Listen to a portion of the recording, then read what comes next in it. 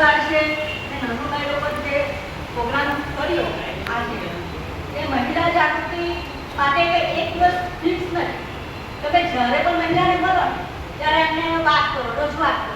કારણ કે બાબા સાહેબ આંબેડકરનું નામ તો આપણને ખબર જ છે, પરંતુ માતા રમાબાઈનો જે સંઘર્ષ છે એ આપણને ભણવામાં આવ્યો નથી. આપણે ક્યારેક મને વિચાર આવે કે બાબા સાહેબ ના હોત તો શું થાય, તો આ સંવિધાન ના હોત તો શું થાય. જ્યારે ધુમાડા ઊભા થઈ જાય છે કે આપણા જે અછૂતપણું હતું તે સમયે બાબા સાહેબના સમયની માતા તો જે બધા જાતિવાદ હતા, એમને ભણવામાં કેટલી તકલીફ પડી. એમના મેરેજ થયા માતા રમાબાઈ જો એમના જીવનમાં ના હોય ને તો બાબા સાહેબ કોઈ નથી.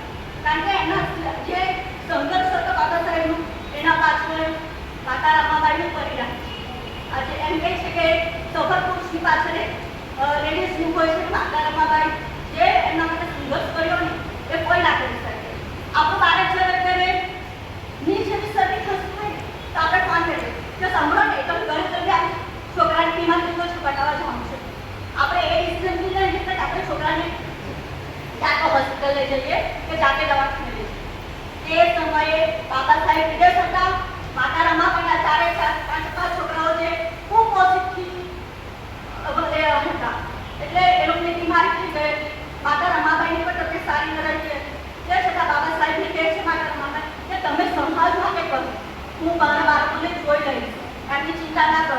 જો માતા રમાબાઈ કહ્યા કરે કે તમે બહાર નહીં જાઓ, તમારે મને જો તો પહેલાં મારા બાળકનું જો મારું શું થતી છું કઈ રીતે કરીશ, તો બાબા સાહેબ જતા આગળ આપણા સમાજનું સ્થાન થશે નહીં. એટલે હું માતા રમાબાઈને બાબા સાહેબ કરતાં પણ વધારે રિસર્ચ કરશું કે આજે લેડીઝ પુરુષને જરાક મોત એટલે પૂછે ક્યાં ગયા હતા, શું ક્યાં હતા, તમે કેમ ના આવે.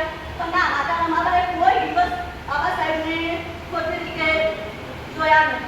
અમે પોતાનું આખું બલિદાન માતા રમાબાઈએ બાબા સાહેબને સમર્પિત કર્યું હતું. એટલે હું એમનો ખૂબ આભાર માનું છું. જય હિન્દ.